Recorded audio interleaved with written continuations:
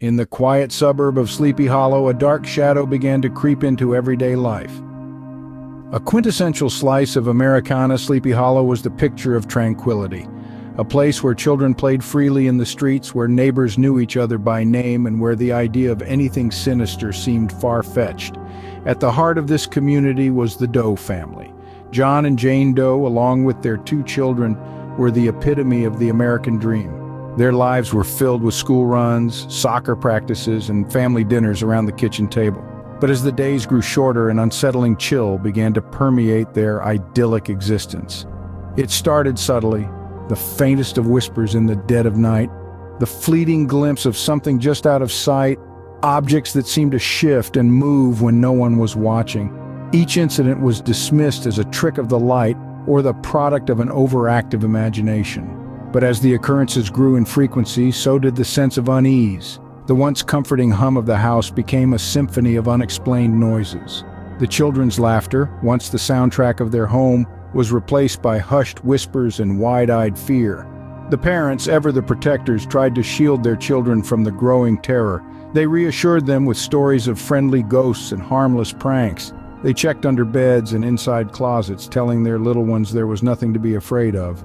But as they tucked their children in at night, whispering soothing words to chase away the nightmares, they couldn't shake off the creeping dread.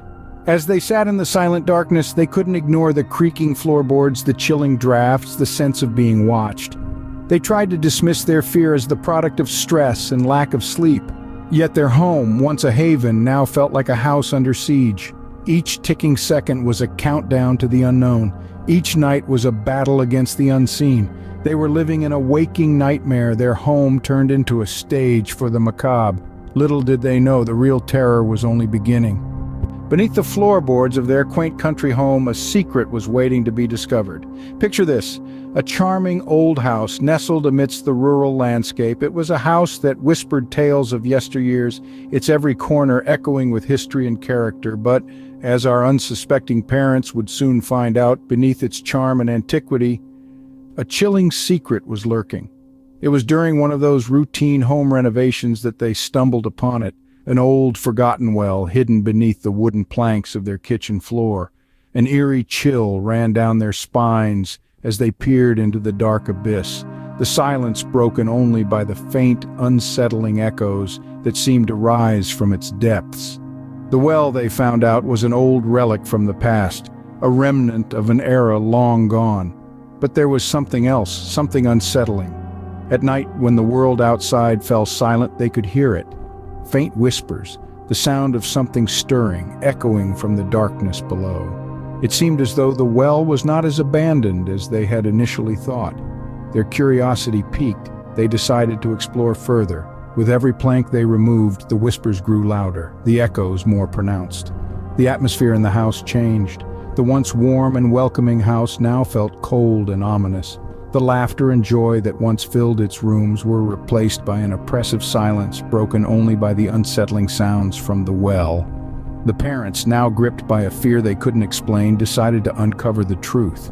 They wanted to know what lay in the dark beneath, what was causing the unsettling noises. But the more they tried to unravel the secret, the more intense the horror became. The echoes from the well grew louder, the whispers more frequent.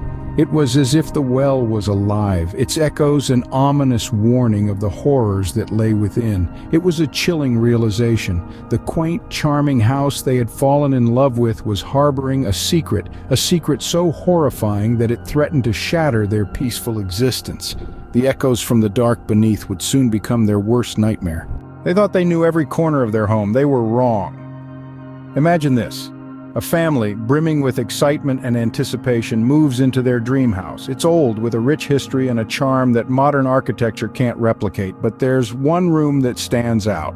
A locked door that not even the previous owners had the key to. At first, it's a tantalizing mystery. The parents, driven by curiosity, try to unlock the door, but it resists their every effort. It's as if the house itself doesn't want them to enter. But human nature is a curious thing. We are drawn to the unknown, to the mysteries that elude us, so they persist. Finally, one day, the lock gives.